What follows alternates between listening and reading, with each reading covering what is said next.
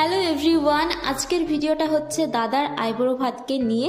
এই দেখো, এটা হলো আমার দাদা আর মা হচ্ছে এখানে সকাল থেকে অনেক কিছু রান্না করেছে, সব কিছু তোমরা দেখতে পাবে। মাংসর কালারটা তো দেখলেই কি সুন্দর হয়েছে।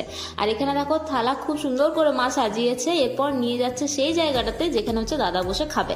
আর জায়গাটাকে আমি হচ্ছে সুন্দর করে ফুল দিয়ে সাজিয়ে দিলাম।